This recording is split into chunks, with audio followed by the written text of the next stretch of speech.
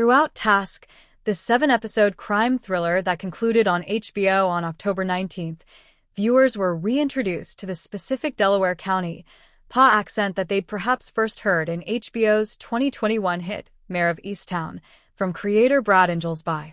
On Mayor, southeastern Pennsylvanians were generally pleased with the way that Kate Winslet, Jean Smart, and especially Evan Peters bravely tackled the sounds of the region. Inglesby, who is from the area, returned to Delaware County, or Delco, as it's known to locals, with Task, and a new set of actors mastered the peculiar pronunciations. How did you get into being a dialect coach?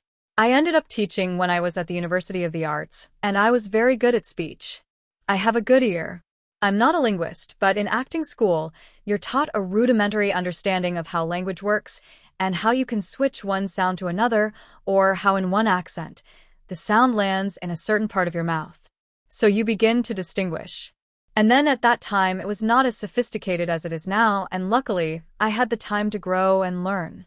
So basically, I taught myself, as I think many dialect coaches do. They start off either in acting or in linguistics, and if you're going to be a dialect coach, you do have to learn a fair amount about the sounds that we make.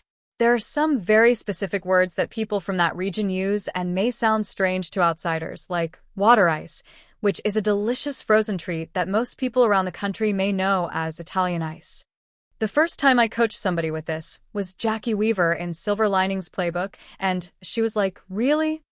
And then, when I was coaching on Mayor of Easttown, I met with Evan Peters, and he was like, "This is insane." And I was like, "Just go for it." On Task, we don't even go hard. I mean, if you're from here and you have spent time here, if you've ever gone to an Eagles game or a Phillies game, the fans go hard. Come on, it can get really crazy out there. But still, the region's accents are nuanced. It's such a strange accent.